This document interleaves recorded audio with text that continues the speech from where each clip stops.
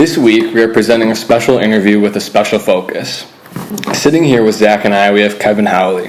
Mr. Howley holds a Bachelor of Arts in Political Science and Economics from Kalamazoo College, an MBA from Harvard Business School, as well as a Master's in Public Policy and International Trade from the Kennedy School. Currently, he works as president of Manellan Management LLC, but he's most famous for fathering our own big man, Langston Howley. In 2012, Kevin ran a campaign against incumbent L. Brooks Patterson for Oakland County Executive. Patterson has held the office since 1992 and is well known for being a controversial Republican who has an affinity for bashing Detroit. Mr. Howley lost the election, but by the smallest margin of any opponent that Patterson has ever faced up to that point. With midterm elections coming up, we thought it would be appropriate to have a conversation with Mr. Howley, an expert on the power of incumbency. Before we begin, is there anything about you that I missed or you'd like our listeners to know? Well, that's a pretty good overview. I did my research. Okay, so as I've mentioned, this week's episode will have a special focus. It's on the power of incumbency, and we're going to concentrate on what I'm going to be calling the 6 major powers of incumbents. Mr. Howley gave us this list with some talking points, and I think it probably covers most of what we want to talk about. First, we're going to talk about money, then taxpayer dollars, then organization, general access, press coverage, and finally political power.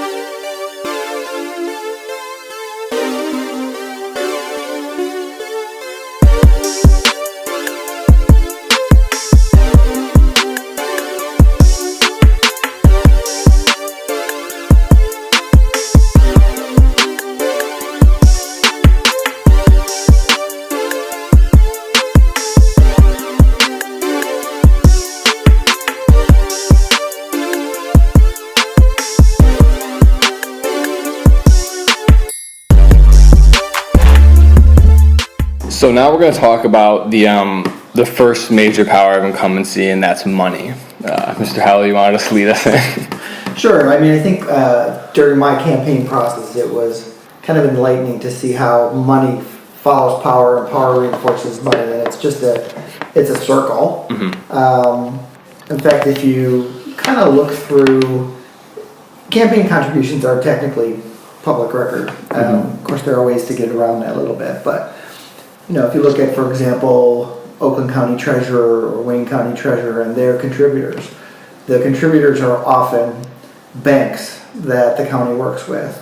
If you look at county executives or gubernatorial candidates or governors, the money flows from the vendors that serve that political party or that political person in power. Lawyers, investment bankers, road commission, supply people. I mean, it's just, the power reinforces itself, really. Mm-hmm. And so they don't want to lose power because they have access with the incumbents. So they constantly are reinforcing their connection and relationship with that person. So how much can you say that the money domination for incumbents is because of the Citizens United case?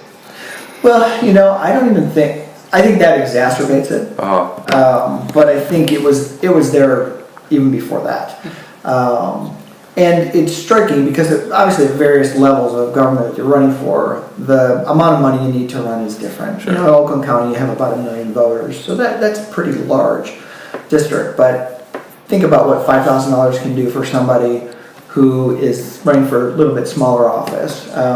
And then for the larger offices, it just starts aggregating. Get all these contributions from people who are already connected to power, and it's tough for somebody else to go out and try to raise money. In fact, even in my process, I had a number of people say to me, well, I would like you to win, and I'd like to give you money, but I don't want my name to show up on the contributor list because I'm afraid of retribution.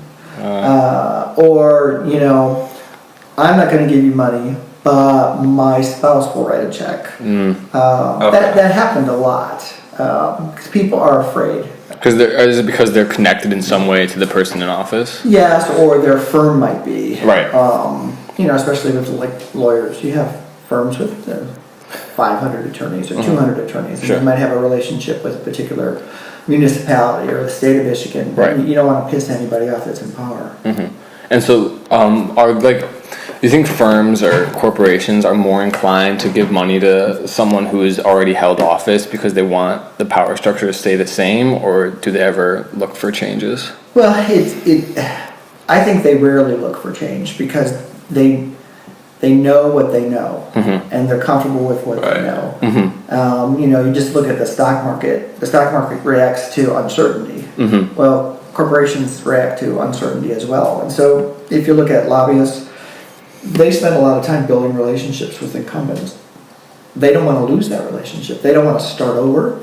So it's easier for them to write a $5,000 check or a $10,000 check to some PAC because the devil you know is better than the devil you don't. Right.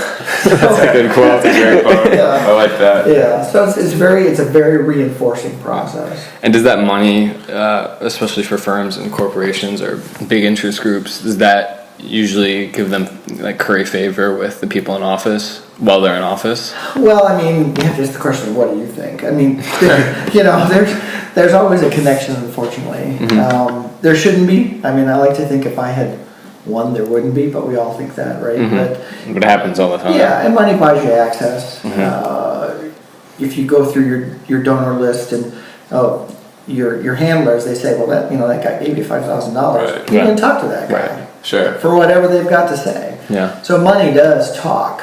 And, for all of Trump's craziness, I would say, at the end of the day, he's right in terms of access and the way he used money over the years to get to politicians of all parties. Right. Yeah. That was one of his big campaign pledges, that he got along with everybody. Yeah, because he gave them all money. Right, and the Republicans were trying to. There were times in the debate, like Rand Paul would come after me, like I donated $500,000 to your campaign. Yeah, and they would come out and say like, yeah, you donated to Chuck Schumer and Hillary Clinton. He's like, I got along with everyone. That's right. That's right. Because it's about access. Right. Yeah, I think that's a good example of trying to keep the same power structure. Just one stat. I read that incumbents outrace challengers 4-1, sometimes 5-1, and how much of that is just reinforcing the existing power structure that's already in place. Well, the minute you win, all of a sudden people want to give you money too. So it's like the day after your election, when the election's over, you don't have any need for campaign funds for probably 4 years or 2 years. Yeah. Money just pours into your. But is it something they look at as like, oh, this is money I can put in the bank for my next election? Absolutely, and the thing is, it reinforces itself because the bigger your pot of money gets, the harder it is for somebody who's not the incumbent to think about running against you. It becomes an arduous task. Right. So that's what you find actually in the country, apart from the fact that many districts are lopsided, so you won't have a Democrat or Republican running because the other party's going to win. People just don't even try because they can't afford it. It's just an expensive proposition that takes a lot of personal. For sure. Yeah. I mean, when I ran for county executive, I didn't work that whole. Right. It's impossible to do it. Yeah. That makes sense. Yeah. So our next major power is on taxpayer dollars. So these are taxpayer dollars that incumbents can use for campaigning. Is that right? Well, it's not officially. It's not really campaigning officially. It's a way to use taxpayer funds to promote yourself. In fact, it kind of, I guess, it wasn't naive to say it surprised me during my race, but you become more aware of it. Like during my campaign, just tactically, just before the election, the county started running an ad campaign about their development corporation, money available for this or that in the businesses. Right, positive things that they're doing. Yeah, but Edwards Patterson was the star of the ad. Yeah. So that's not a campaign ad officially, but it talks about him all the time. Right. And then as you run around the county, you go to different senior citizen locations or older persons commissions. You see all these pamphlets that the county puts out. Well, Edwards Patterson's face is on the front of all these pamphlets. The thing that really bugs me though is you see these TV ads or TV commercials for like Wayne County or Oakland County, and the treasurer or the county clerk will be on saying, well, it's election day, so you should register 30 days from now, but she or he are promoting themselves by the fact that they're on TV. You could have done that other ways. You could have generated voter registration, and you could have generated turnout by probably some more creative commercials. You could probably hire a firm that could really figure out how, but they don't care about that. They want their face out there. Yeah. And face, the treasurer's office, they'll have TV commercials about, well, we're going to help you with your tax situation. Come in and see us. So that just goes on constantly. Yeah. So it's just like an implicit way of making themselves known. Right. And then usually taxpayer dollars are also allocated to office holders. They get a certain budget. And, I get that communication with your constituents is important. Yeah. But from my experience, in terms of what I read and what I see, the communication is usually something that promotes something they're interested or reinforces their position as a state legislator or as a county commissioner or whatever the case may be. They always use it tactically. Well, and good on them. It's available. We make it available, but that's a benefit of being an incumbent, and it's not necessarily. It's just a fact. I don't mean to sound whiny when I'm talking about it. It's just a fact, and it's an advantage that they have. Is there like a line that they're kind of walking when they send out pamphlets like this and put their own face on it? All the time. But they just don't cross it. Right, and they could even cross it, but who's going to hold them accountable? Because you can always justify to say, well, this was constituent communication that was important. It's hard because it's subjective. It's subjective. So who's going to be judging it? So there's no one that approves this and says, okay, you can't have your face and name on this, and I'm sure there's an ethics committee or ethics oversight group in each one of these government organizations. There's no doubt about it, but I doubt they. That's probably as legitimate as North Korea's ethics organization. And again, they don't want to lose their jobs, and they're just reinforcing each other. So, it's just part of the way the game is played. So really what my message is just, it's a fact. You're going to have to deal with it and figure out how to work around it if you're trying to beat it. Sure. Well, this ties right in back to our money argument that we were making in the last segment. And not only do they have access to all this extra lobbying, all these extra lobbying funds, but they have the taxpayer money readily available for them as well. Yeah, it's free money. Yeah, it's essentially free money, and they don't have to get lobbyists on board to receive it. And it's not a ton of money, based in terms of what their budgets are. I think the visibility around to connect themselves to TV commercials, radio commercials that the government agency's paying for has a bigger impact than probably communication dollars by mail, but it's those little intangibles. Yeah, sure. It makes a difference. Yeah. Enough of a difference. Yeah, I bet it's hard to measure the impact of it, but you can still notice it, just the exposure value at least. Especially considering that they didn't have to raise funds or anything to have access to those materials. And their staff gets to spend the time to do it on taxpayer dollars. They generate the ads, they generate the mailing pieces. It's not a campaign expense for them. Yeah, if you're in that office, why not do this thing? Sure, it's something you just do because it's free to do. Can't blame them. Doesn't hurt you in any way. Yeah. Okay.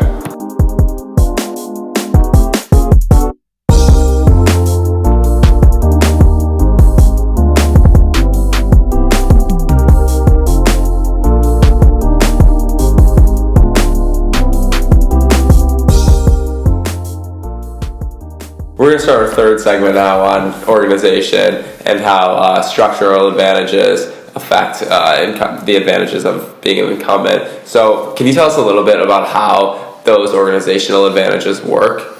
Sure. So if you just think even about a presidential race that's only every 4 years, or a Senate race that's every 6 years, or a county executive that's only 4 years, people who decide to run that are going to run against an incumbent often don't decide until the year before. They're not running for 4 years in advance of the race. So an incumbent, the race is over. If you're the loser in that particular race, you kind of shut down your campaign, you wrap up your financial statements, you kind of put everything on the shelf. Well, if you're an incumbent and think you're going to run again, and even if you don't think you're going to run again, you're still going to raise money because you want to be able to use that money. That's a whole other story.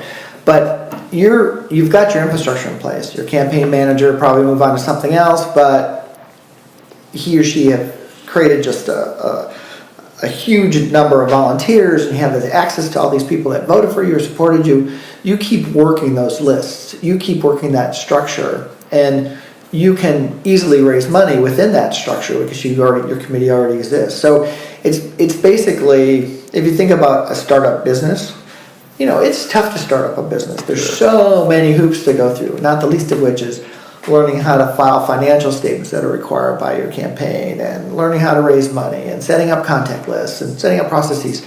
those processes are all in place for somebody who's an incumbent. And you have ways to tap in to keep your volunteers involved. So if you've already got a campaign that's set up and you're running 4 years from now, but you have an intern that wants to work with you, you can find things for them to do and have a structure to do that within. So organization is really important because you have to execute at the end of the day. And if you've got a 3-year time advantage, that's significant. That's really significant. I didn't think about that, but if you do have your team in place already 2, 3, 4 years before your next election, you have a ton of planning you can do. And when someone else announces their campaign, you already have your team ready to go to campaign against them. Exactly. And you probably already have some ideas about talking points because you're spending time saying, okay, who might run against me? And you can do research, and you have money to do research because they're going to come out with negative stuff against that person. Right. So you can really lay the groundwork and take off the minute somebody else announces, where the other person's still getting their feet wet. That makes sense. Yeah. The organizations that they have to run a campaign and the organizations that won them office, do they help them in office in any way? Like when they're actually not campaigning, little time that may be? Yeah, no, absolutely. And you can spend, if your committee exists, you can spend money under your committee structure for all sorts of things to do self-promotion as well. And there are a lot of things there are restrictions about what your staff can do when you're an elected official. So you do try to be careful about what you're allocating to that staff and you try to make sure it's non-political or at least doesn't cross that line. But you can have your campaign staff do it because they're in place. So, yeah. And is that also, like, if you have like an intern from your campaign, that's just probably more free labor that you can have access to. Absolutely. And it's something exciting too about, if you think about organizational structure, the idea of working for somebody who's already in office. Yeah. If you're... That's a big draw for everyone wants to be close to power. Yeah, exactly. So if you're a college student, you're thinking, well, that's really cool. I get to touch the senator. I get to touch the governor. Put that on my resume. Yeah. So you don't get excited about working for somebody who might run for election in 3 years. Yeah. And that's all. That'd be a competitive job to apply for, and you're not even getting paid most likely. Yeah, I think that's a testament to like the organizational advantages. It's like, like you said, you're not getting paid a dime, but it's still like a competitive application process. Absolutely. So they're still getting the best people. Yeah, for no money. Right. Yeah, absolutely. Okay. Yeah. That was good too. Yeah. So how'd you go about gathering your team for your race against Brooks Patterson? Well, on the one hand, given Brooks has a 40-year history in the county, there are a lot of people that don't like him, and so we're kind of anxious to support somebody new. I think I brought a lot of different energy to the process because I was a businessman, I wasn't a politician, and people thought that would be good for Oakland County just generally. Especially in the county executive position. Yeah, but having to start from scratch, you need a campaign manager, and they're not cheap. But I was able to go out, and that takes time too. And it took me a couple months to find a campaign manager that had the experience. And then just getting people to kind of commit to your process, you have to have something for them to do. And if you don't have a campaign manager, it's hard to get them organized. It's just, again, it's all tied in. But trying to build it, I only had a year, whereas my opponent had already been doing it again for 4 years. And it probably refortifies itself after every election. It just gets stronger and stronger and stronger the more you win. Absolutely. Okay, so our next topic in the 6 major powers of incumbents is on general access that incumbents have. Do you want to just jump us there? Oh yeah, I mean, for me, this was one of the most frustrating things in my campaign. Is that, just to give you an example, I would have loved to have marched in our Huntington Woods parade. Yeah. But you're excluded from marching because you're not an elected official. Yeah. But elected officials get to march, even when they're running for election, they just get to march down Main Street. Yeah. And that is just, to me, it's an inherent bias. I think you have to make it fair on both sides, but they don't operate that way. Yeah. I think the other frustrating thing is that it's very difficult. I made a point of trying to go out to Rotary clubs and other community groups to try to speak during my process. A lot of them have policies against people coming to speak in terms of campaigning, but they'll invite an incumbent because they're a sitting elected official. and that incumbent can talk about anything they want. They're not going to really restrict it. Right. So there are little things like that, kind of tangentially or like connected to this is that the League of Women Voters, I mean, this was one of the largest elections in the state of Michigan the year I ran, because there are 1 million voters, second largest county in the state. Brooks was in a coma at the time, but I was just telling Zach about that. Yeah, but they didn't disclose that, and but he was kind of out of commission for a couple of weeks, and the League of Women Voters, for the first time ever, did not host a debate between the two candidates because he wasn't available. Well, if it had been the other way around, who knows what they would have done, but they should have at least invited a proxy for his campaign to step in and have that. But again, because he was the incumbent, he gets special favor. He gets special favor. So it's really, you get to reinforce your position in the community as a leader because of the way people can justify your engagement at coming into City Hall and speaking to City Council because you're an elected official or doing this or doing that. So that was frustrating because I really took the time. I took the year off work to be able to go out and reach people. Yeah. So you're almost viewed as almost a solicitor in that kind of a position. Yeah, absolutely. Rather than somebody respected who's official, running for office. Yeah, it's a very jaded view of the other person coming in. Instead of giving them the same level of respect, you get this view that solicitor has a negative term to it, right? And it really promotes itself that and way. That's interesting because when you talk about the League of Women Voters, that doesn't sound like the most conservative organization ever, and yet they're still reinforcing a 70-year-old Republican who's been in office for decades. At the end of the day, and the League is very nonpartisan. They do a great job, but just contextually, they're put in a bind. Well, what do we do? Well, I think they should have erred the other way instead of not having something. At least had a platform or a candidate for one of the largest positions in the state of Michigan has a chance to talk. That seems pretty undemocratic. That there's never that opportunity. There should be forums available. Yeah. This is. I mean, you and I just talked about this a few days ago, but it was kind of interesting. Our 4th of July parade was on 4th of July. I don't know when this episode's coming out, but it was about 2 weeks ago.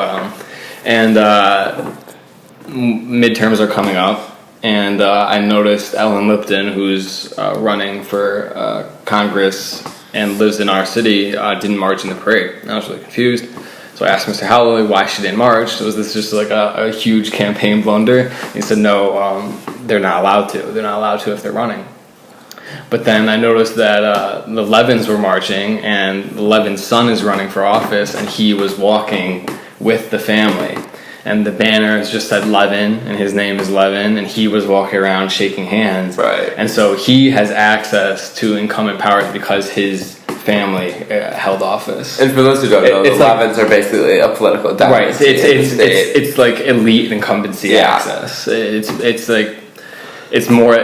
can be an incumbent, you can be an elite incumbent with a family of incumbents who get all these get the privileges that go along with the family that someone who has never been in office, who doesn't have anybody in office, doesn't have access. I think Sandra Levin's son, Andy, who's running for the 9th Congressional District, I think if he didn't campaign once, he would still win. Yeah, that's the other thing too. Name recognition is another thing that they have access to. Yeah, and that comes with incumbency too, right? It's the recognition of your name that if you're in office for 40 years or 10 years, it happens. I mean, on the one hand, the fact that Ellen was excluded from the parade gave me some comfort because at least because she is local and she's been so involved in politics for a long time, she didn't have the power for the city to change its mind because I was excluded from our parade too, But there were other parades that she could march in that some towns do allow that. So you go to who's going to accept you. So that's what she did. Yeah. But name recognition, just as we don't have it as a segment of the power of incumbency, but it really ties into the fact that you're using all these tools to get your name out there, and by default, you have that name recognition, and people have some comfort with names they're familiar with. It's just our human nature. Right. Now, neither of us especially names that you're familiar with in even just a little bit more of a positive light. Like if I saw Don Jr. was running for president, I would not be comforted. But if I see a name like Levin, then I'm like, oh, they've done pretty good things. They're consistent. I like them. I'll vote for their son. Yeah. If he's anything like that, I'll vote for Well, neither of us have ever voted before, obviously, since we're only 19. But on the ballot itself, is there any indicator that says that like demonstrates incumbency? You know, it varies by election and it varies by state and city and that. In Michigan, and this really ticks me off, if you're a Supreme Court justice, you get to have incumbent next to your name on the ballot, which I think is totally unfair. And that's a nonpartisan race. So technically, although both parties endorse candidates. Sure. So again, that just reinforces the power of the people that are in power. It really bothers me. Just fundamentally unfair. I haven't ran for the ages to go on about that, but I'll save it. Well, yeah. Another segment. Yeah. Do you think that in that particular race, in the Supreme Court race in Michigan, that people who don't follow the Supreme Court in Michigan, I couldn't give you a name on that bench, but do you think if someone like that, someone like me, were to look at the ballot and see incumbent, they'd be more inclined to check that box than to check the newcomer? Yeah, I mean, absolutely. There are studies over and over and over again that show that if you're known to be an incumbent, there are political times and craziness where that doesn't happen, but especially in the court system where it's in a respected position, it's not supposed to be political, people don't want change, the incumbent will get an advantage by having that designation next to their name. Yeah, that's what what I was thinking was if I came up to that and I was planning on voting for that office and I didn't know anyone on the bench, I would be more inclined to select incumbent than I would to just select someone that I knew nothing about. Because my fear would be that what if I'm selecting some radical, abhorrent person, and I haven't heard anything bad about the Supreme Court now, so why not check? But it also goes to the fact that you got to do your research. Yeah. And anybody listening to this, but a lot of needs to do lots their of people research. don't. And there's a race this year for Supreme Court. Yeah. I'll have to do my research. I think there are 2 positions up. So. Okay. Our next segment is on press coverage, and we know that what every politician lives for is 5 minutes of primetime TV. And so, what is the advantage that incumbents have in relation to the press and the media? I think ultimately the press want to have access. And if you piss off an incumbent, you're not going to get access. You want to have information, you want to get the scoop, you want to get the inside track on interviews. So no matter what party you're from, I think that the press does treat the incumbent deferentially. You'll probably find somebody from the press that disagree with that. But now my experience running against Brooks Patterson was unique to the extent that he's been around for 40 years. And the guy will say anything, so he makes for a great story. So the press also likes great stories because they want to sell papers and they want to, get people intrigued in the news. So when Brooks goes on his rants, it's good coverage, There's a lot of fodder there. I felt like the press treated me respectfully and they were interested in what I had to say. And a lot of them would even acknowledge that the things I was talking about were things that they've been covering for years, but nobody seemed to care. So when it comes down to access, I think it reinforces itself a little bit. That makes sense. But there's also cases that I've noticed where people running that are kind of like the Cortez in New York. She's been on CNN for 2 weeks now, and she's just running in this one district in New York, and she's is it because the incumbent's now he's out? Is that the reason that she gets so much coverage, or just because she's so new face, new ideas? Right. So if you look at kind of the retrospective thinking on that race, the commentary was that the press ignored that race because they assumed Joe Crowley was going to win, and they didn't give her any coverage. They weren't really tracking the change in the district, and Crowley was a very powerful Democrat. It was number 3 or 4 in the House on the Democratic side or something. So it goes to I think to point out that the press can be completely out of touch because they're fixated on incumbents. Yeah.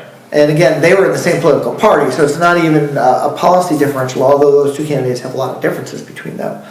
And now that she's a winner, it's everybody in the press wants to talk to her, and she's going to definitely win the district because it's a Democratic district, so she's definitely going to be in Congress. Yeah, but you want to talk about Crowley running as a Yeah, so have you heard about the rumors that he's going to run as an independent third party?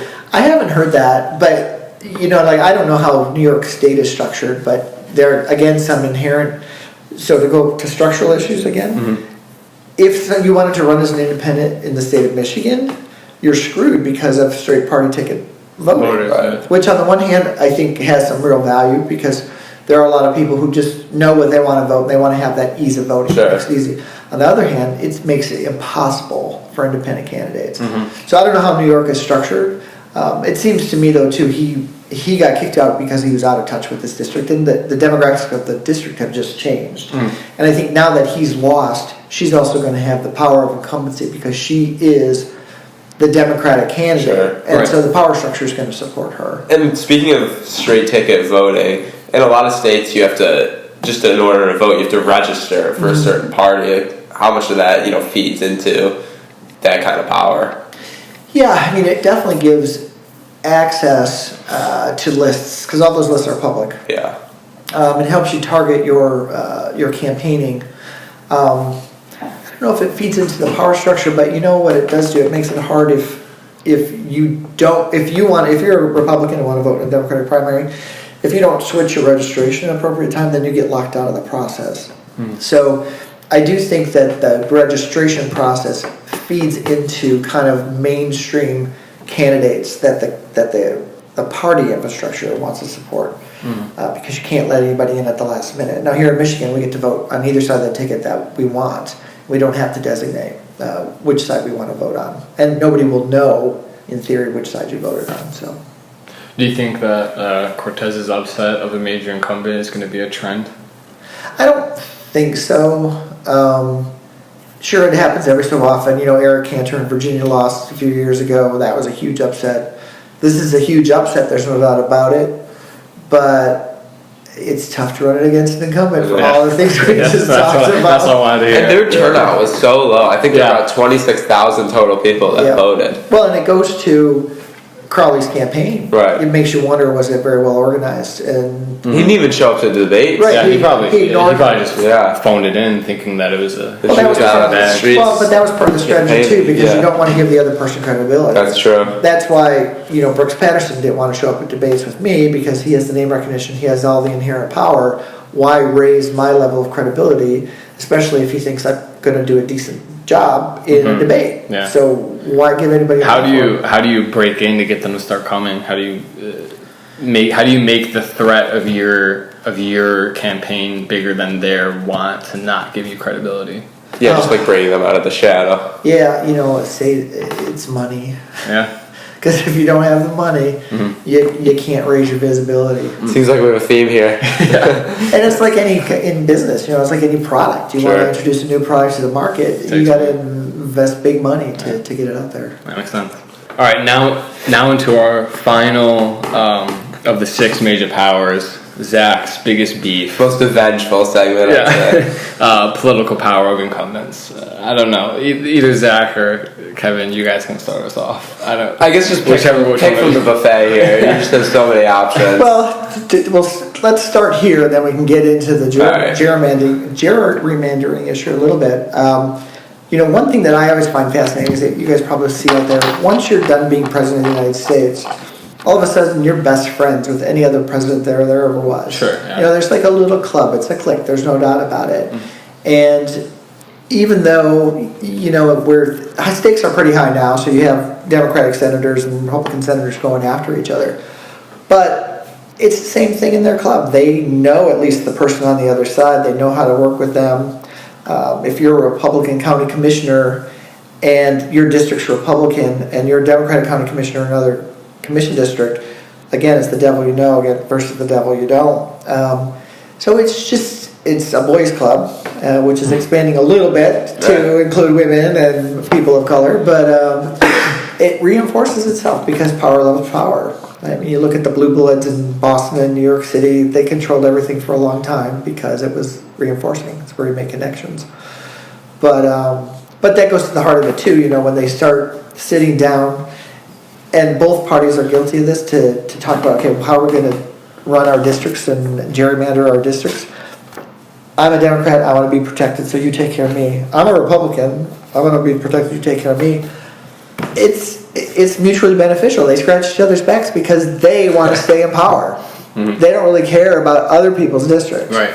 So, yeah, it's cyclical. And then also there's the case where if you're the incumbent, you almost automatically get the endorsement of like the DNC or the RNC without even having to Absolutely have the platform. Yeah, and I mean, that ticks me off too, because you could have, starting any race, if I've got two Democrats that I want to look at, one may be the incumbent, but I want them to have an equal chance of endorsement, or at least to win if they're both really competent candidates. But the power structure in Washington, they want to make sure the candidate wins, so they reinforce the candidates that they know. That's like 2016 with Clinton. Well, what we were saying about, Sure. 2020 is that if like a more sensible Republican like Nikki Haley or somebody wanted to run, and that would probably be better for the country. She'd have no chance. People would like. She has no chance because Right. the party has to support their incumbent. Right. And even It'd be political suicide, too. Even You wanna be able as to- debatably Republican Trump is, the Republicans have to support him, and so he just gets that automatic advantage, not even having to subscribe to their policies. And they support him blindly. Yeah, yeah, we can get into that. We can get into that another time. No doubt about it. He says jump, they say how high. It's kind of sad. Yeah. You know, you look at some of these guys. I was watching the hearing yesterday on this FBI agent. They brought up his wife and I know. his But affair. this guy Gowdy from South Carolina, you know, Trey Gowdy. he's retiring, and I thought, you know, he has the potential to be a rational human being. Right, He yeah. has been a couple times. Nice, but smart. just the last week, some of the questions he's been asking, I'm like, are you running for your next race at some point or trying to prove something? Because, you know, it's just not rational. Yeah, my biggest hope is when a lame duck Republican in Congress is sometimes they're gonna start. Just There are a going couple that after have Trump. done It that, happens. like Bob Corker, but not Jeff Flake. nearly It enough. doesn't happen a lot. Like Jeff Flake. Flake Jeff Flake. It's a rarity. But Yeah, it's my. I love it when it happens, but it's not happening enough. I don't think. No. And so it speaks to gerrymandering. I was reading an article in the New Yorker the other day, and it said that the Republicans have built themselves up such huge structural advantages over the years from controlling all the state legislatures and gerrymandering the districts so much that one Republican vote really counts as 1.05 votes, and one Democratic vote only counts as 0.95 votes. So Yeah, I don't think it's the proof is in the pudding. I don't think guess. it's debatable that both parties would, especially when they're in power, would like to gerrymander for their benefit, but I think Republicans win the game if it was a contest. Well, you look at Michigan, we've got 13 congressional districts. We have 9 Republicans and 4 Democrats. And Michigan, you know, you could call it a swing state because it went for Trump, but on a Usually statewide it leans basis, left a little bit, it yeah. leans toward the Democrats. I mean, it historically has. So it doesn't make any sense. And then you look at this Pennsylvania redistricting that was just, I don't know if you guys followed that, but essentially they went to court, and the state Supreme Court in Pennsylvania said, you know, this is screwy. You've got to redo these lines.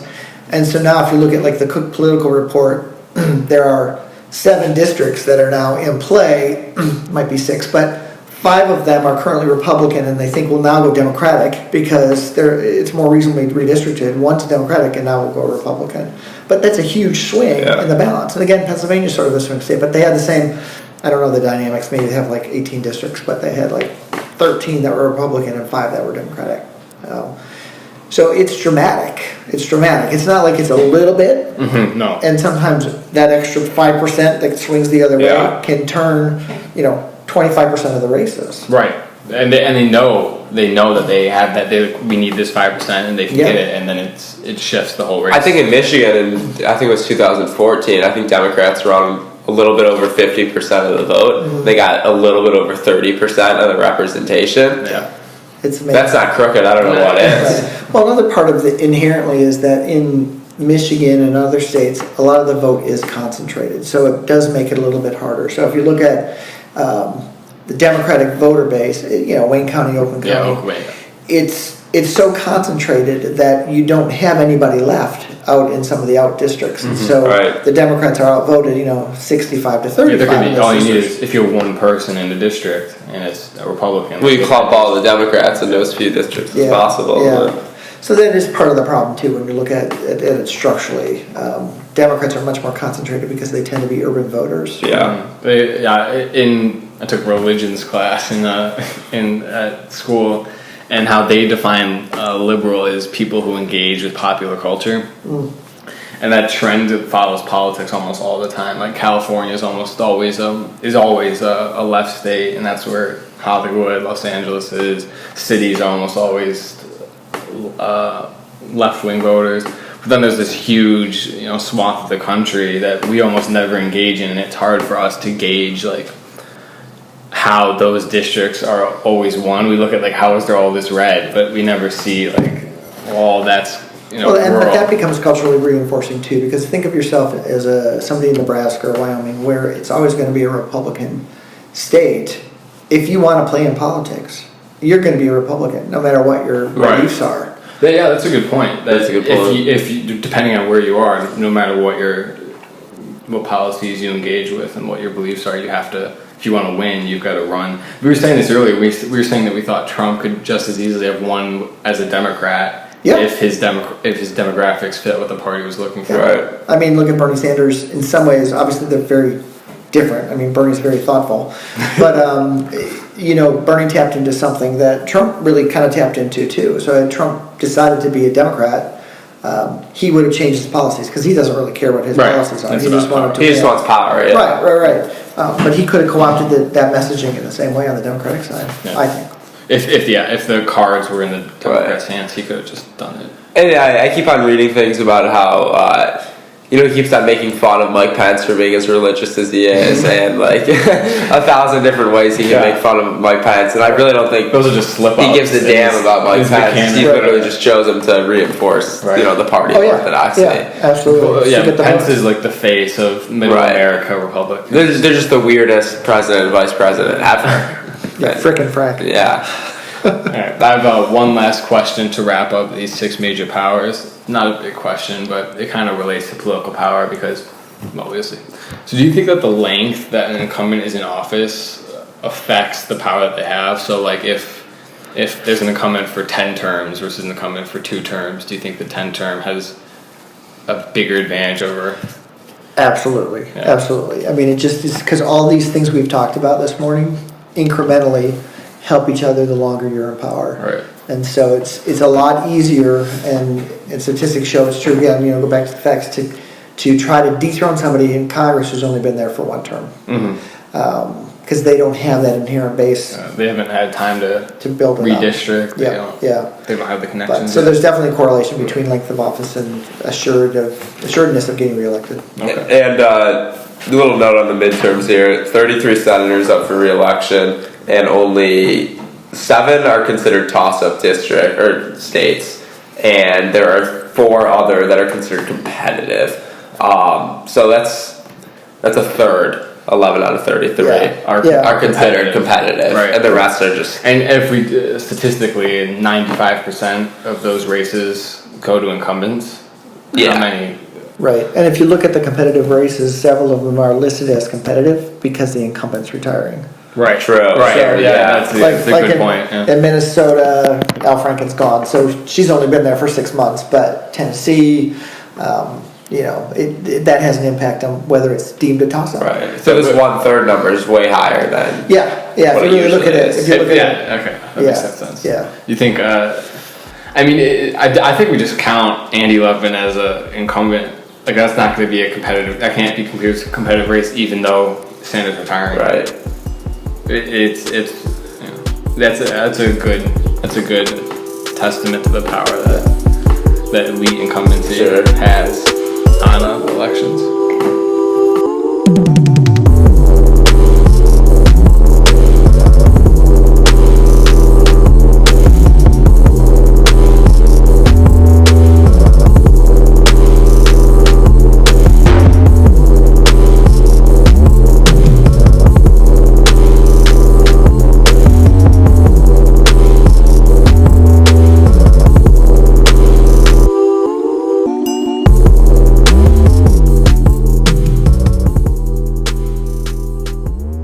So one of the big themes of this midterm election, at least in the Senate, is you have a lot of Democrats in red states, incumbent Democrats in red states that are running for re-election, and even a few Republicans in blue states that are running for re-election. So how do they go about their re-election bid differently than your typical safe district? I guess red and a red, yeah, and blue. Yeah, I mean that's a good question. It also goes to kind of how you as an incumbent make choices about what you do and what you support. Like 6 years ago, I was a big fan of Heidi Heitkamp in North Dakota, sure. and I'm getting mailing pieces from her to try to raise money.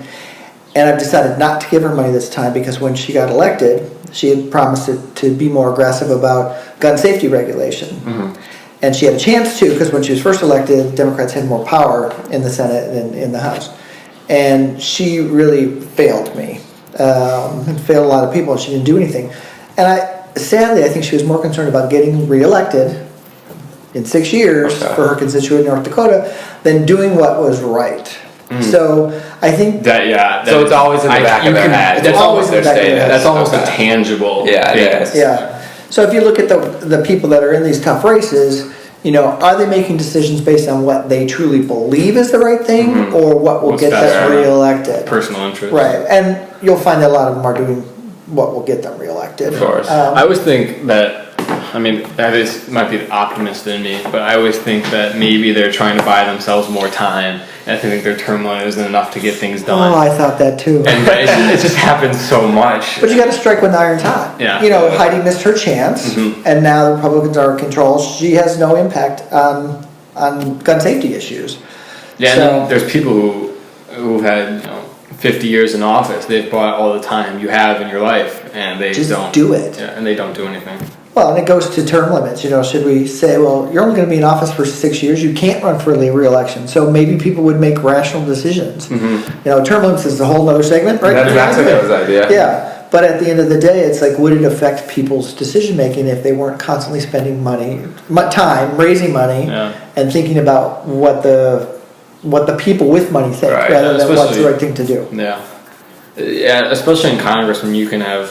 We're talking about the guy in Michigan who had 57 years or 62 years in office. Oh, who was that again? Dingle. Yeah, John Dingle. Yeah, he had almost 60 years in And now office. his wife is a congressperson. Yeah, she's a very competent person, but It's kind of like we always talk about how term limits it prevents tyranny or someone becoming a dictator, but we always look at it as the highest office in the land. The president can't be here for more than 8 years, but then we have all of these people in Congress who have been there longer than I've been alive. Sure. Well, and then you have people argue, well, people get to vote, so term limits shouldn't matter. Right. Everyone says an election is an inherent term. Yeah. limit. But then Is it really with all these structural? this advantages? whole conversation kind of is to you get to vote, but there's a lot of people in the world. There's a lot of powers that are a little bit biased. Right. It's not equitable, that's for sure. Yeah. I think a good. So Chuck Schumer was suggesting that the Democrats some of them in red states should commit political suicide in order to block the Supreme Court nominee. How likely do you think that's going to happen, where they sacrifice their own political careers to block a Supreme Court nominee? 0. Yeah. I mean, look at Heidi and what she did on gun safety stuff. I think that what those red state Democrats need to hope happens is that something comes up to give them cover. Right. Like, the only way that they can vote against Kavanaugh is if Lisa Murkowski and Susan Collins vote against him. Yeah. So big petitions for her. So they'll be there. So if the vote will never be 51 to 49. Right. It's either going to be like 55 to 45, or if Collins and Murkowski come over, then the Democrats can hold with that because they have the cover to say, well, Republicans voted against this guy. Right. So that's going to be what. And it's easy for Schumer to say from New York, he's getting reelected. Right, and it's not his paycheck. It's not his paycheck. It's so easy to volunteer someone else. It's a naive comment. It is. Yeah. The reason this made me think when you said political suicide. Everyone, whenever they're talking about gun control in the U.S., lots of times people reference Australia's gun control and how it's been very effective. They had one mass shooting, had a referendum, instituted gun control, and they haven't had anything major since. And I was watching an interview with a ton of the people that were instrumental in that legislation, and they all said they had to commit political suicide. They're like, but it wasn't that bad. They're like, yeah, so now I get to work on my farm. Not happening in this country, that's but for like, sure. why not? I don't understand. Like, what is the cultural difference where, or not even? I don't know if the cultural difference. What's why?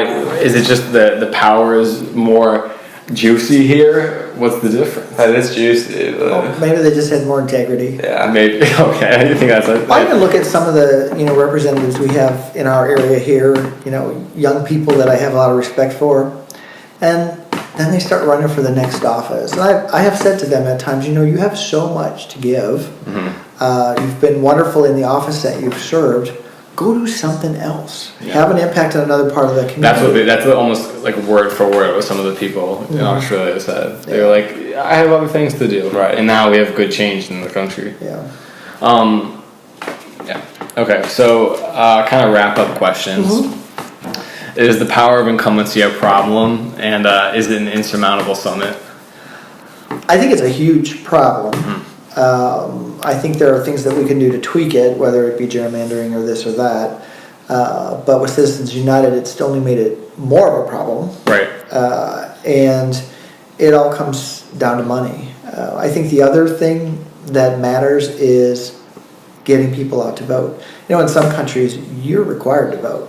Mm-hmm. It's a law that you have to vote. Now, in America, we don't require people to have to do things that much, but something's wrong about turnout. I think if we, there are some proposals right now to do mail-in ballot, which they do in some states, to make it easier for people to vote.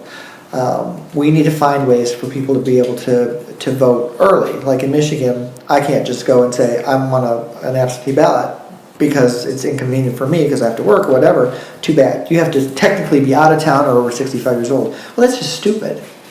We have to find ways to get people to vote, and then I think we'll make more concrete, informed decisions about our candidates. Right. Yeah, so just like a personal narrative here, my sister's living in Boston, and we have the primary coming up, and she's had to jump through so many hoops to try to get an absentee ballot for the election, and so many different forms and registration. It's amazing. Even beyond that, like when I was in Indiana, I was trying to register to vote. I thought, can I do it online? And I found out there's a ton of states where you can just register online.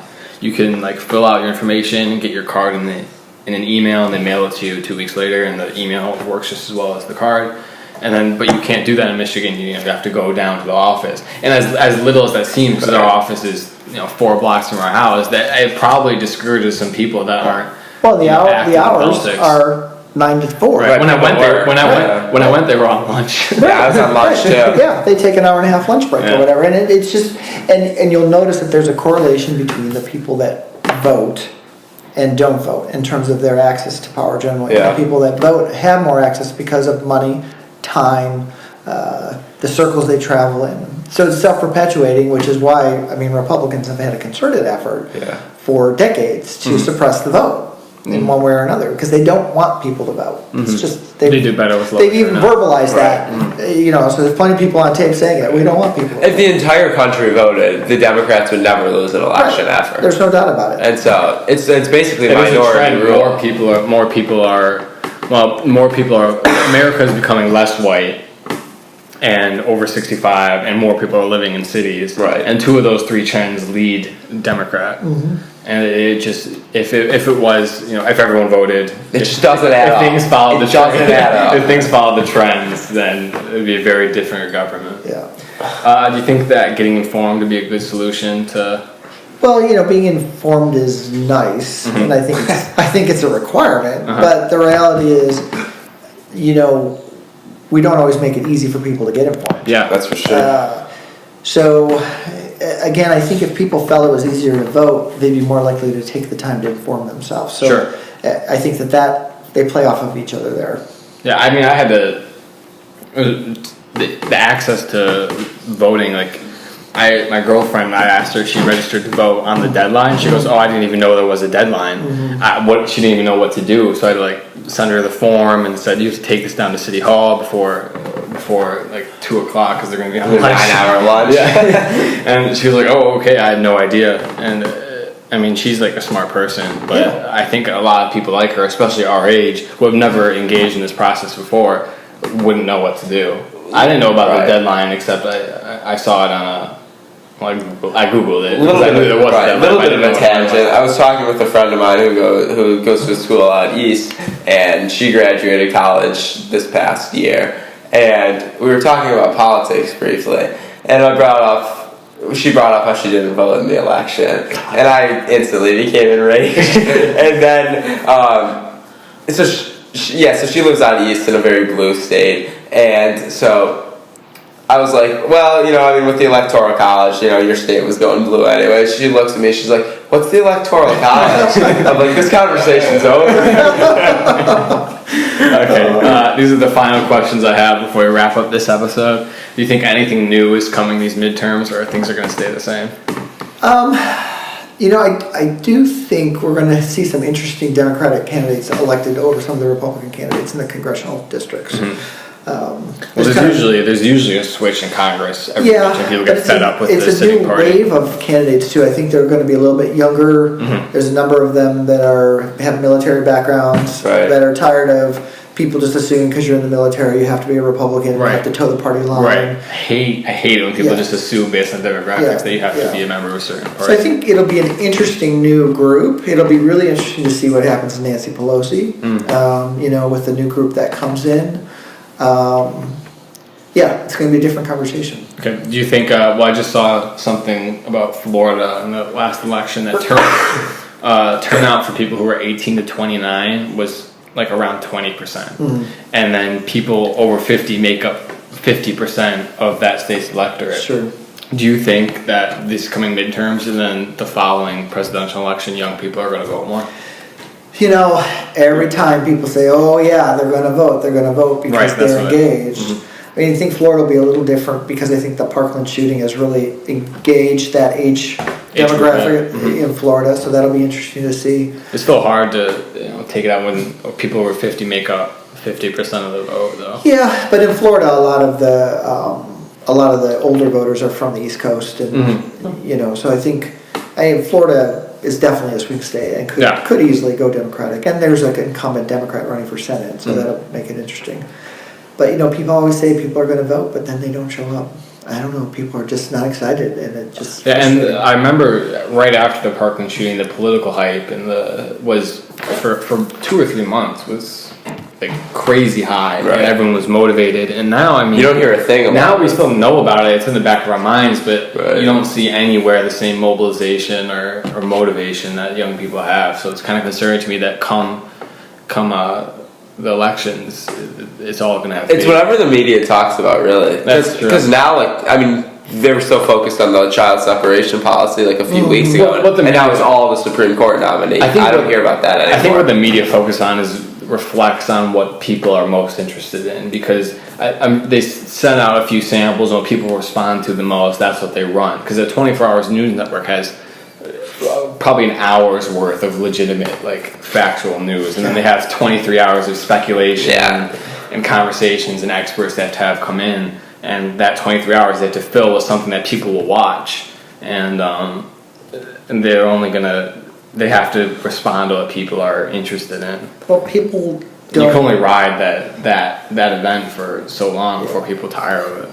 I just think, and this is maybe cynical, but I think people fundamentally don't want to be informed; they want to be entertained.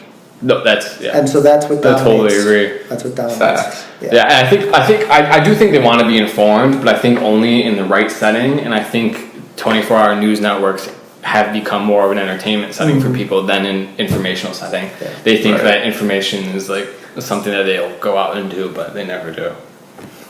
Okay, I think that'll wrap up our special episode of Undergraduate Moderates. Thanks so much to Mr. Howley for coming on. Absolutely. Probably our best episode so far. Don't know when this episode will come out, but thanks for listening if you do, and we'll see you next week.